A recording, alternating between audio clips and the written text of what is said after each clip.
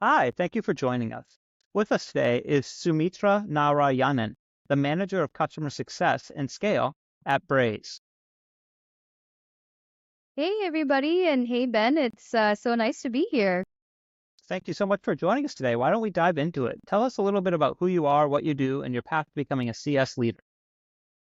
Yeah, definitely. So, pleasure to be here. And so far, I have close to a decade of customer success experience in predominantly B2B SaaS high tech environments. And so, a little bit about my journey. So, rewinding to when I first entered the industry, I had just completed my master's in computer science. So, the other CS. And I knew I wanted to apply myself technically, but also have a strong amount of collaboration and human interaction in my career. But as a fresh grad, I thought I'd have to put in a few years as a software engineer before I could land that kind of role.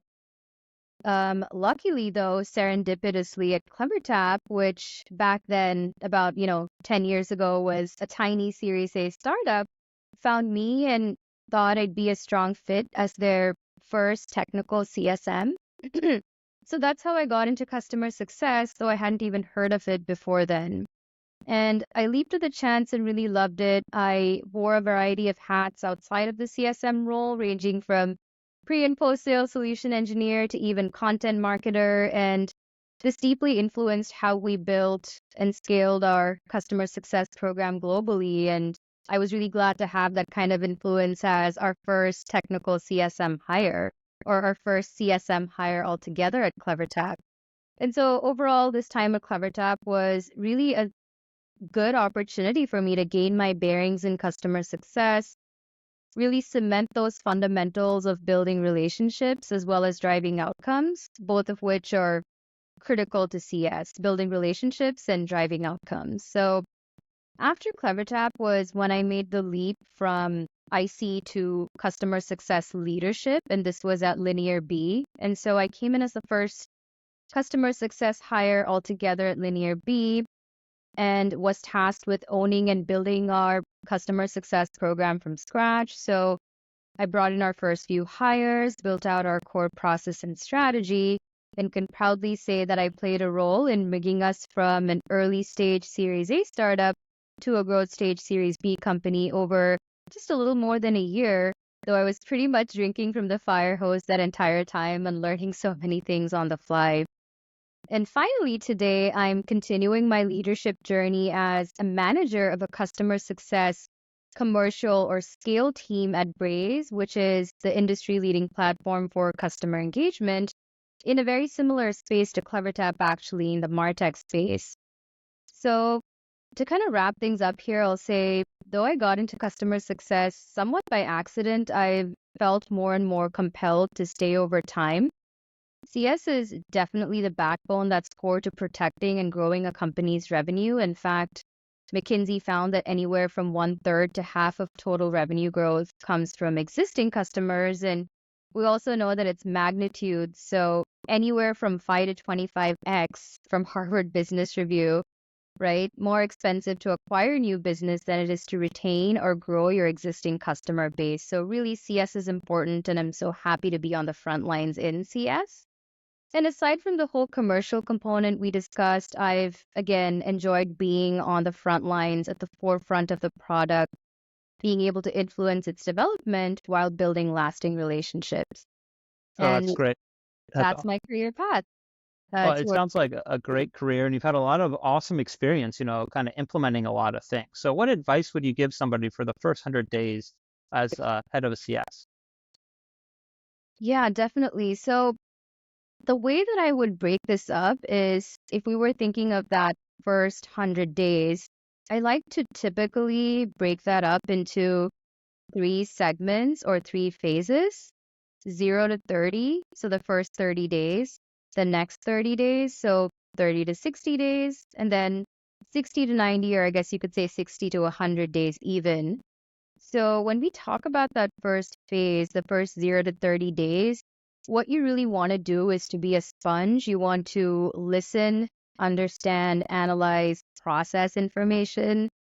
So that's kind of the main thing you want to be doing the first 30 days, really processing information, listening, right? So this would entail things like getting to meet with your management, your, other peer CS leaders, people, um, who are essentially running the CS org, other department heads, folks on the team, CSMs, right? And get an honest understanding as far as you can get in terms of what's working well so far, as we, run our CS org, what's not working well, where are your pain points, where could you use help, and really just get everybody's perspectives, right? To get that full 360 view. And then even ask some softer questions, right? How do you find meaning in your work?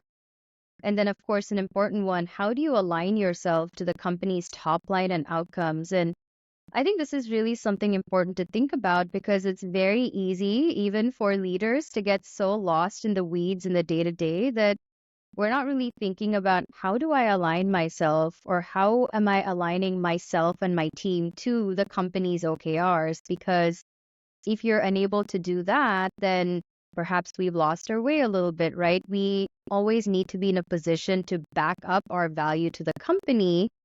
And maybe this is thinking a little bit pessimistically, not that we'd always be in that kind of situation, but I think it's really important to be able to back the value that you're providing to the company and really align yourself, what you're doing, the impact you're driving, however small it is, to company level goals. So I think that's a good question to ask. And then it's also a really good opportunity within those first 30 days to listen to your customers, right? Understand how they're getting value from the product today. What are their pain points? What are they thinking about what works well with the product?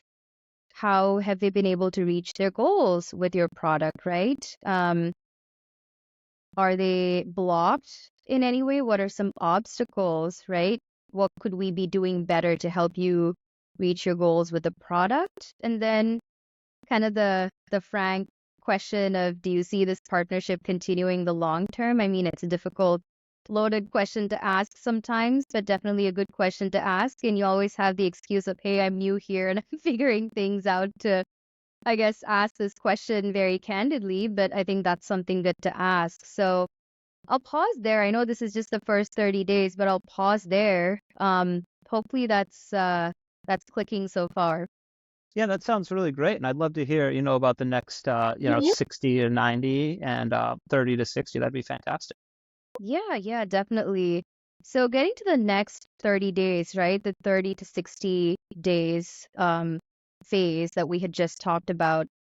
Um, in the first 30 days, we were listening, processing information, kind of sifting through that information, and perhaps, themes were surfacing, right? Themes would be surfacing for us. And then, so 30 to 60 days is where we want to plan. We want to actually continue to process this information that we've got and then see what we can do towards, do we have strong customer segmentation, right? Because especially very small startups or very small companies that you're a part of may not have very defined customer segmentation. And so that's usually fine in the initial days because the company is still figuring out what customer segmentation looks like, but perhaps you have some data and your external perspective coming in afresh as to figure out what that customer segmentation looks like to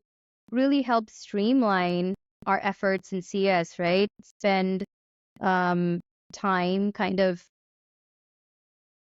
disseminating or distributing your customers into segments based on some of the perhaps top use cases that you're seeing come up from the customers that you've spoken to, or perhaps it's a very simplistic distribution in terms of the contract value, the ARR, right? So thinking through customer segmentation if it doesn't already exist, or maybe thinking through how to examine, how to enhance the customer segmentation, right? Maybe the company has a very simplistic definition that doesn't quite account for some deeper needs that your customers are sharing with you. So maybe customer segmentation is not just about contract value or how much they're spending with you, but also the core use case they're looking to drive with your product. And so maybe you add that dimension into it to really help CS add value with the time that they're spending with their customers, right?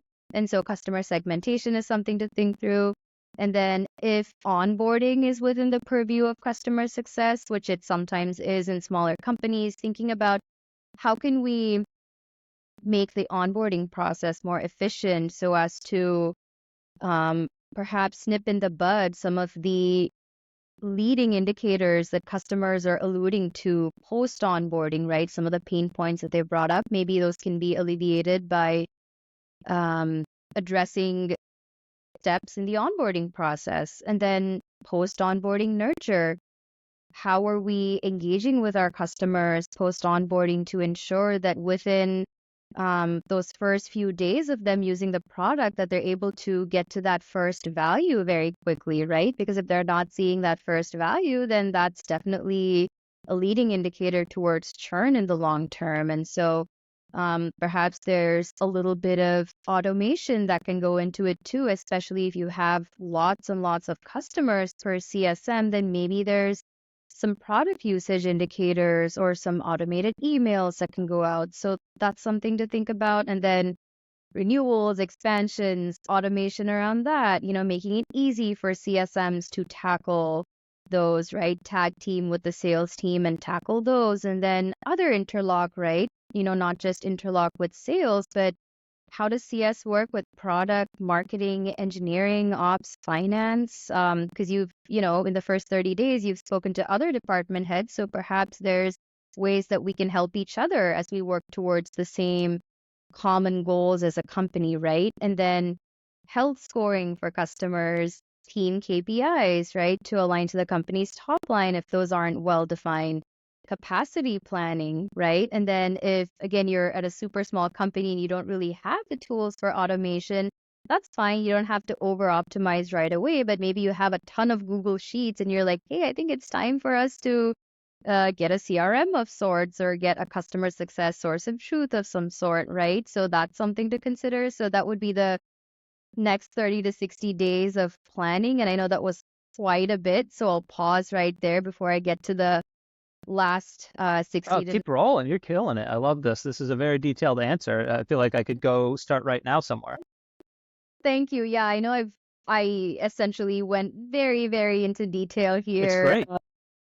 but I am glad that it's resonating. So getting to that last 60 to 90 or the last 60 to 100, it's all about executing. So, the fun part where you've got all this information that you've processed and you've thought through, and you are essentially prioritizing and executing on that based on what's most important for the company. So, if customer segmentation came up as a big thing, you're working on that. And then if post onboarding nurture was a big thing, you're working on that. If automation around renewals and expansions was another big thing, you're working on that. So you're kind of arranging or prioritizing all of the things that have been surfaced through all of the people that you've spoken to, all of the customers you've spoken to prioritize and work through in such a way that you are able to drive towards tangible outcomes within even a relative short term. So,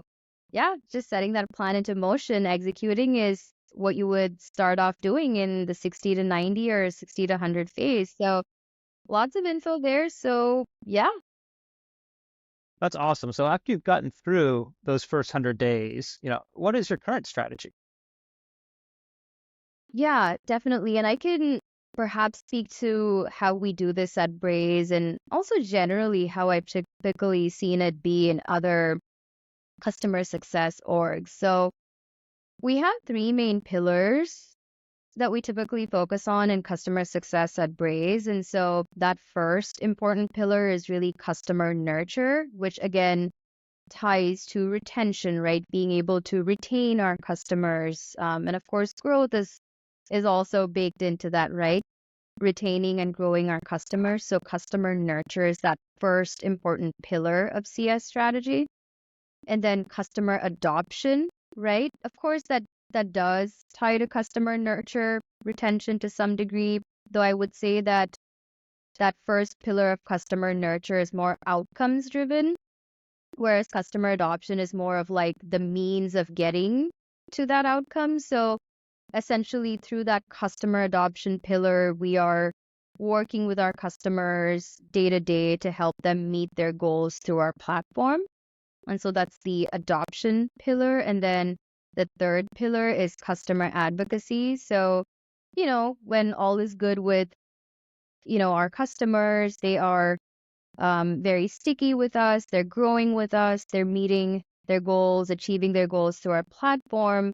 We obviously want them to help spread the word, provide a referral, provide product feedback to us, essentially be an advocate for us, right, in any way that they possibly can, and help bring in other customers or help deepen the relationship that they have with us, right? So customer advocacy, right? So this will help ensure that our customers can help us build and grow a better product and in turn grow their brand too, right? And then, so those are I would say, three main pillars. And then, of course, there's innovation, right? Kind of a secondary pillar, if you will, not in the top three, but a secondary pillar of how can we innovate as we scale our CS org, right? How can we, behind the scenes, more efficiently drive positive customer outcomes? So a lot of this would tie to CS ops.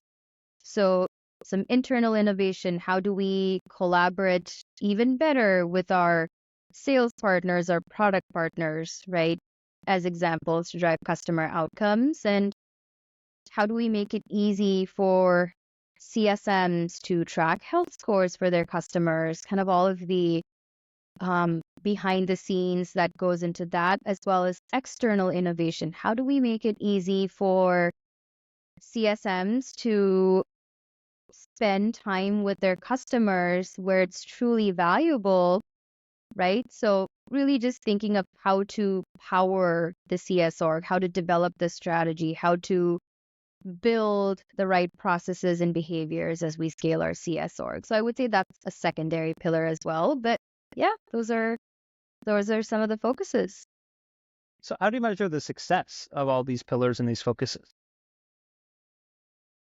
Sure. So going back to our three main pillars of focus in customer success at Braze, right? So we had talked about that first customer nurture pillar. So that ties to customer retention and growth. And so we measure success there by looking at GRR and DBNR numbers, right? So, how And are what we... does GRR and DBNR mean?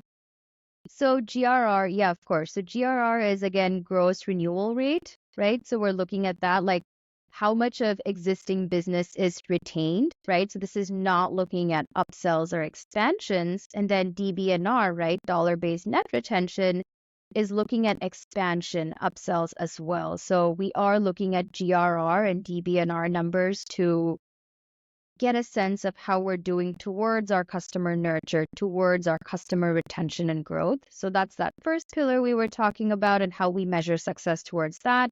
And then we have the customer adoption pillar, right? So here we are looking at how much of the Braze feature set are customers utilizing towards their goals. And so we have some dashboards in Braze where we're able to track towards entitlements, consumption, and usage related data for our customers, not just pacing wise in terms of how much of their allotment are they using, but as I said, entitlements related usage or entitlements related consumption, which is, hey, they have X, Y, and Z features, but they're only using X feature. They're not at all using Y and Z features. So that adoption number or those adoption numbers are also what we're looking at. And then the customer advocacy pillar, right? So here we're looking at how often are customers willing to perform an advocacy event. So this could range from them being willing to share feedback with us on their experience, provide a sales referral, product feedback, speak on our behalf at events, partner with us towards various initiatives for mutual benefit. And so we are tracking towards how often are our customers willing to do an advocacy event. And in fact, we also have a program called Braze Customer Champions, where if customers enroll in that program, they are rewarded for every advocacy event they do, so that it's very clear win-win. So yeah, that's how we measure success for the advocacy pillar. And then another thing I wanted to mention as well is that our customer health scoring ties all of these components together for a very 360-degree ongoing view of how we're doing with our customers as it relates to retention and growth, adoption, advocacy, and sentiment as well. Just, the CSM's take on, hey, like, how is this customer doing sentiment-wise from or on the basis of the interactions that we're having? So yeah, those are some ways that we measure success. What pain points do you run into when you're, managing this team? Yeah.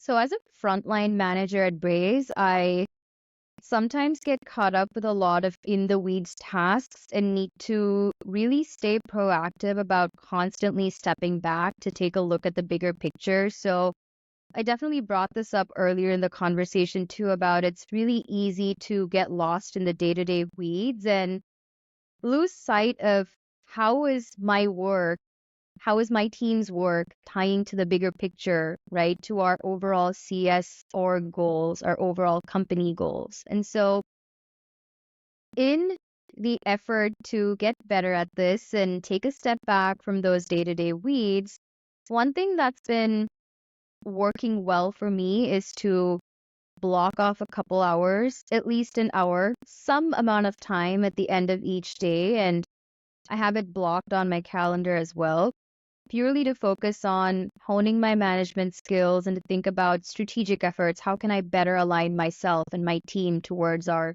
CS4 goals, our company goals, right? And so even if I'm very exhausted or tired by the time I get to that block, I still try to get myself through some small thought exercises. So I ask myself questions like, how did my interactions with the team go today and this past week?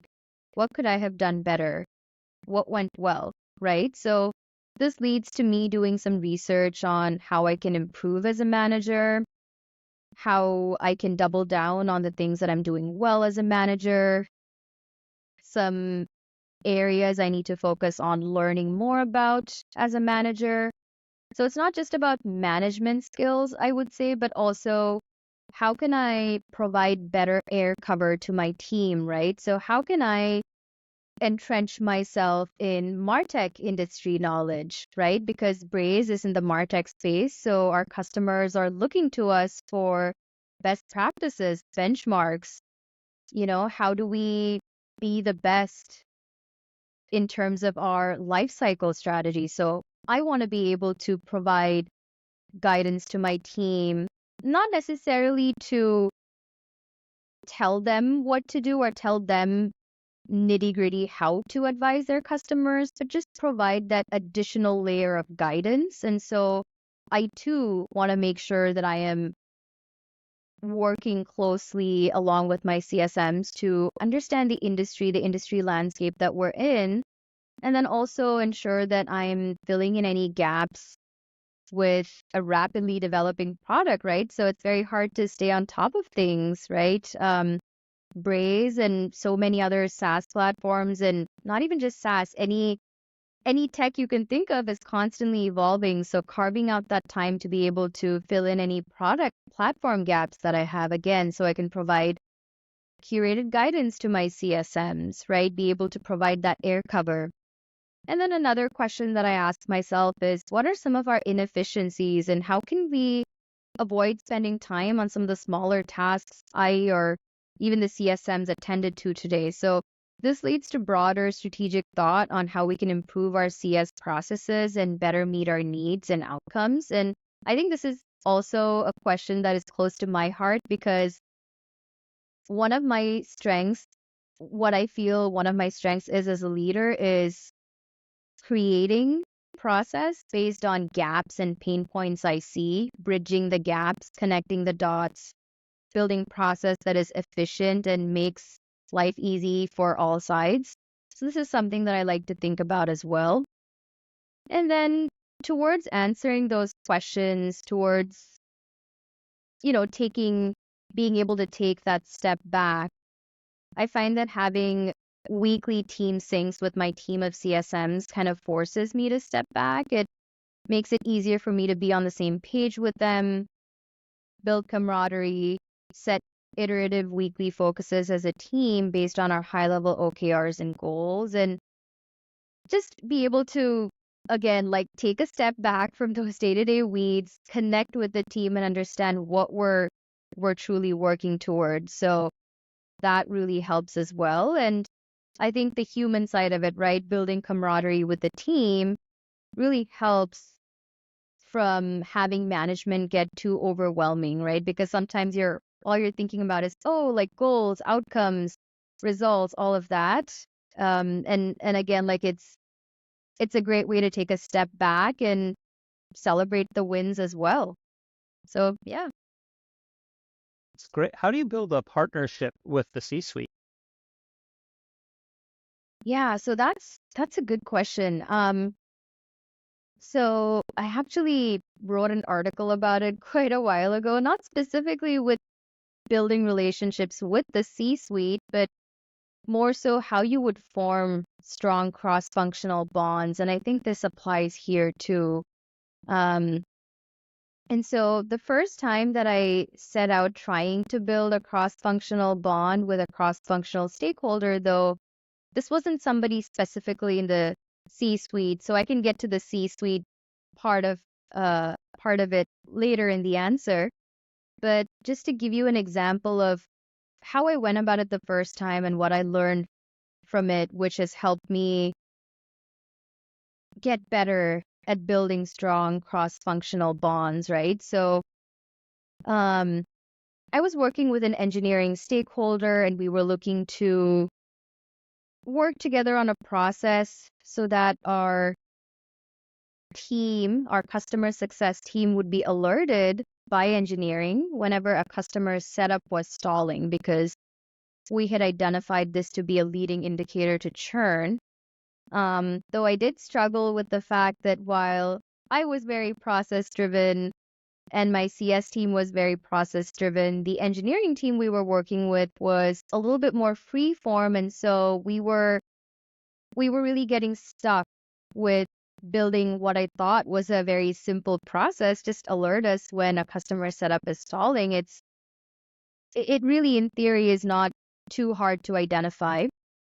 And so in thinking about why I wasn't really seeing much success with engineering helping us out in building this process was the first mistake I had made when I took a step back was I hadn't started with the why and I hadn't conveyed the importance of setting up this process. I had just said, hey, like we need this process. I kind of assumed in my high level explanation that they would get it, but I didn't really start with the why. So in building strong cross functional bonds, you always have to start with a why, right? And then, it's important to be adaptable as well, right? Because you have your needs in CS, they have their needs in engineering. So how can you come together to make it a win-win situation for both sides, right? How can you work together towards a greater common goal? So that's something that I would say is very important when building strong cross-functional bonds. And then it's also important to, again, understand constraints, right? Engineering is very busy. They have a lot of things that they're working on. We have a lot of things we're working on. So how can we make the case compelling? How can we really show that we are partners, telling them, hey, like if you can find time in your schedule to build this, this is the bigger company goal that it ties into. And here is something we can do for you to lighten the load, right? Just understanding the two-way nature of the relationship to make it a win-win situation for both sides, right? Rather than just asking, but then also being willing to provide from our side as well. So, true cross-functional collaboration only happens when every stakeholder that's collaborating are involved and bought into the same vision. So keeping in mind the two-way nature of it is important. So anyway, as I fixed all of these things, as I began to be a true partner to the engineering team, be adaptable, understand constraints, and paint a compelling bigger picture of the same common goal we were working towards, I was able to get that buy-in from the engineering team. So that's, I guess, first of all, what I would share in terms of my takeaways of building strong partnerships cross-functionally. Now, specifically for the C-suite, right?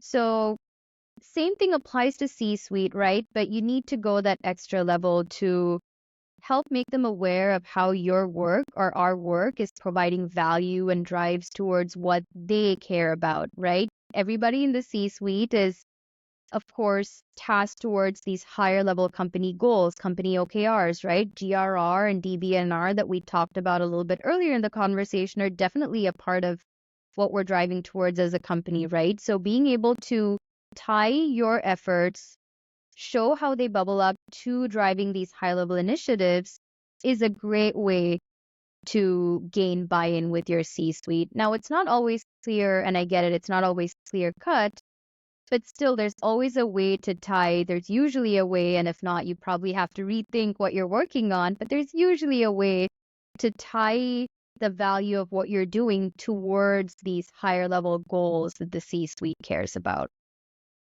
That makes total sense, right? You got to talk their language. Do you have a specific example where you've utilized customer feedback to improve the company?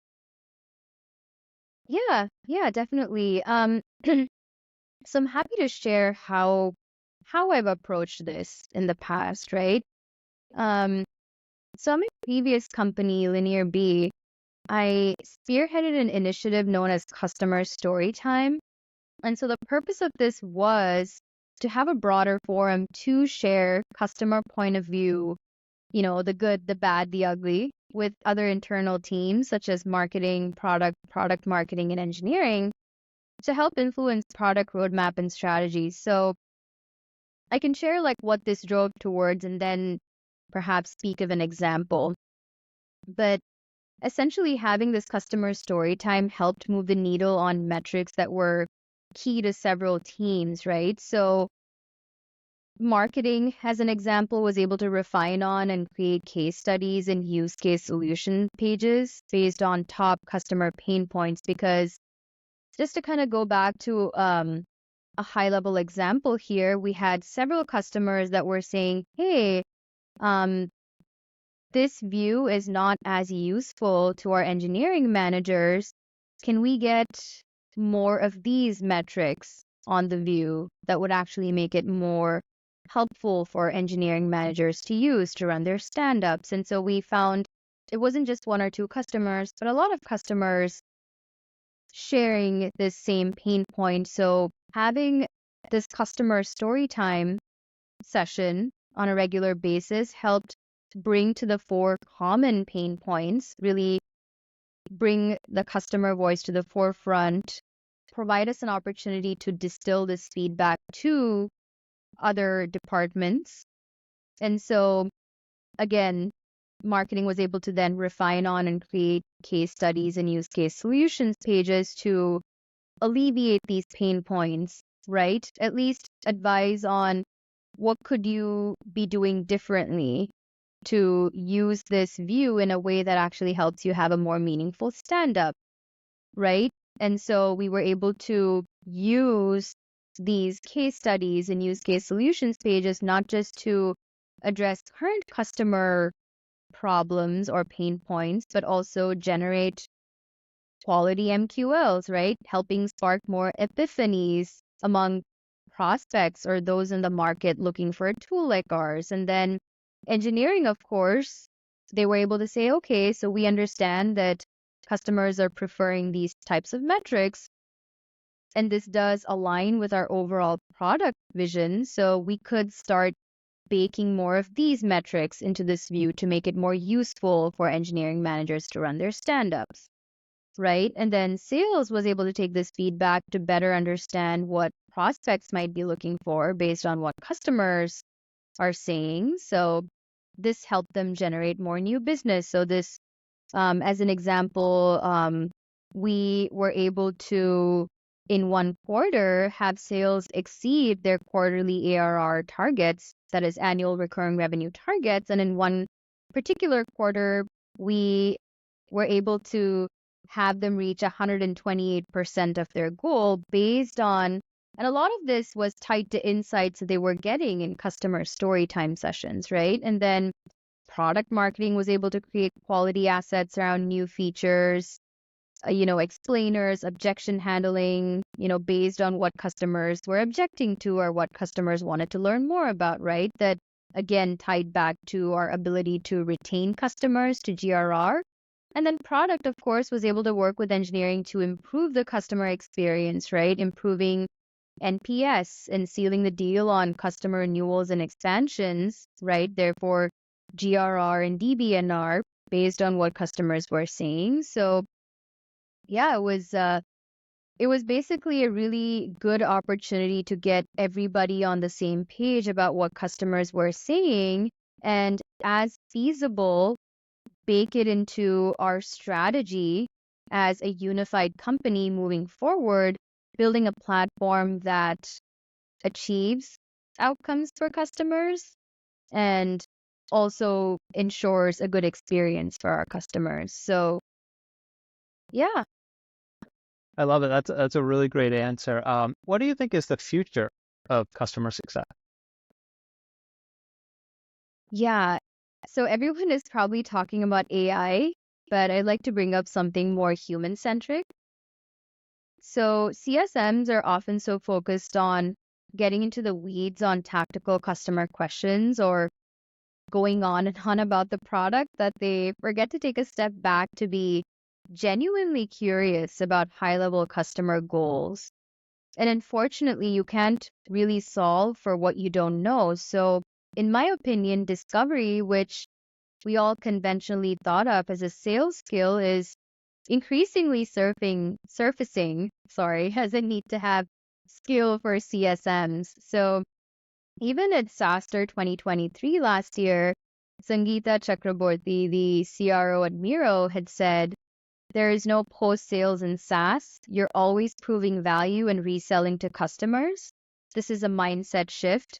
Keep customers at the center. So I think discovery is a very important skill for CSMs, especially as customer success grows and innovates, to be genuinely curious about customer goals so that we have a much easier way to align with what customers are truly looking to get from the platform, to be in a position where we can illustrate ROI, right? Return on investment for customers with our product, right? Because sure, like you can help customers with day-to-day things, but if we don't understand how these day-to-day things are tying to the bigger picture, the broader value they're seeing, then it's going to be very easy for customers to churn in the long term, right? And so to stay ahead of that, to be proactive there, discovery is super important,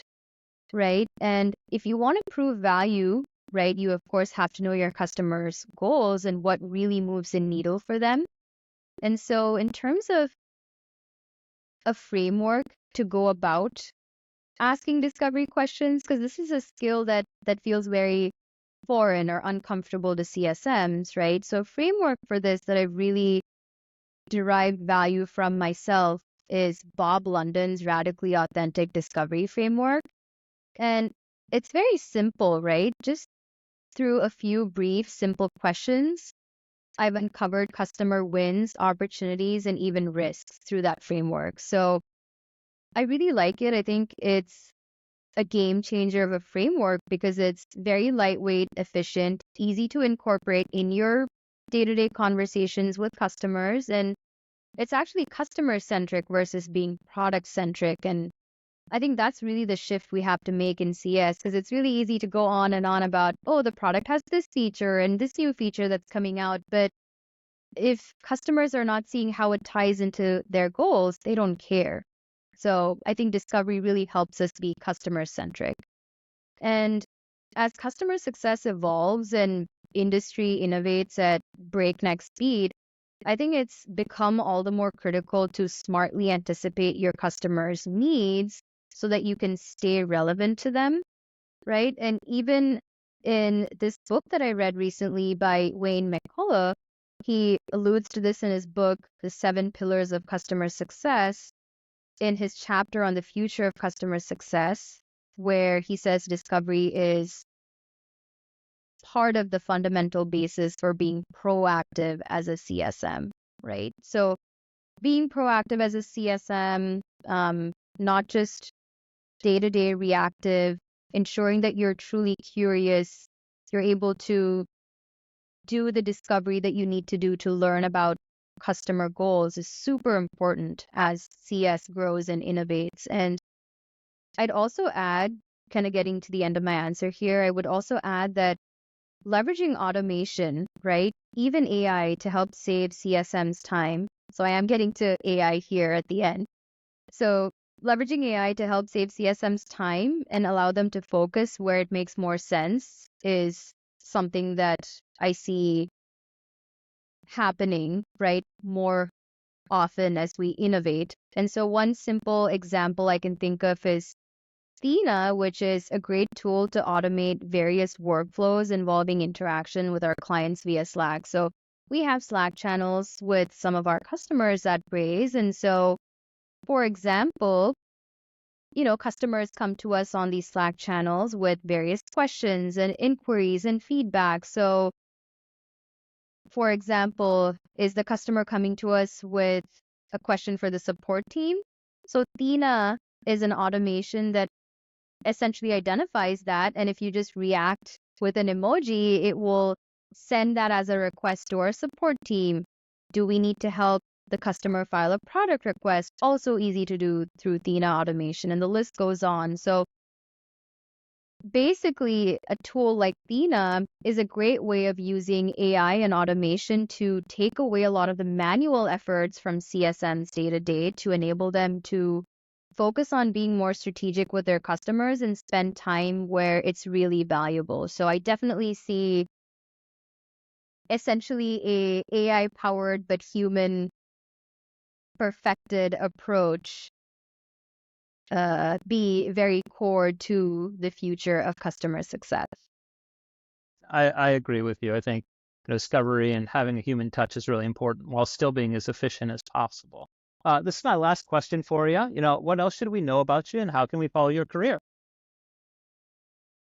Yeah, so in addition to my full-time role at Braze as a CS leader, I'm a founding contributor at CS Insider, which is your go-to platform for customer success thought leadership, and something that I've seen across my network as a one-stop shop for anybody who's looking to just learn more about customer success, learn how they can break into customer success.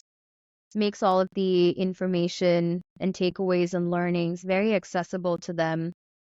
And some of the articles I've written for CS Insider, some of the resources I've created have been helpful for folks looking to break into customer success or learn more about how they can grow in their customer success journey.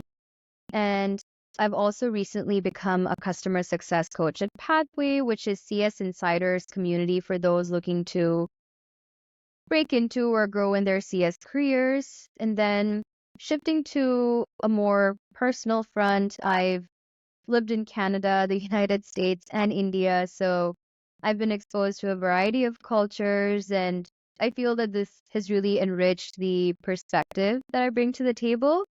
And my passions include coaching and mentorship, as you can see from what I had described about coaching on CS Insider's Pathway Forum.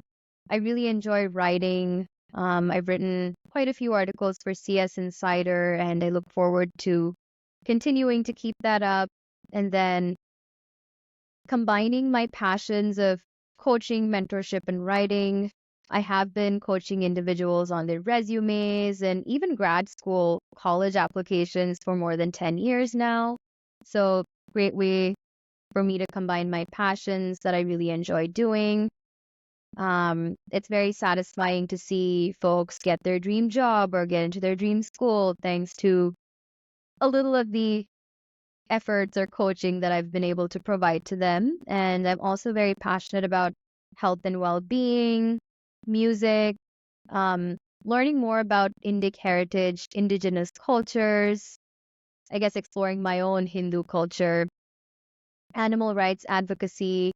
I actually run a nonprofit called A Compassionate World to help build a more sustainable and compassionate world. So, yeah, kind of a variety of interests and passions there, but learning and enjoying every moment of it. And if you want to follow me and my career, you can check out my LinkedIn profile. It's essentially linkedin.com/in/my name, Sumitra, with the number 1 at the end of it. So, yeah, feel free to stay connected with me on LinkedIn and, you know, love to connect, learn more, and share more with others. Awesome. Thank you so much for your time today. I really appreciate it. Yeah, of course, Ben. It was a pleasure being here, and I hope the conversation was insightful. Absolutely. Have a great day. Thanks, Ben. You too.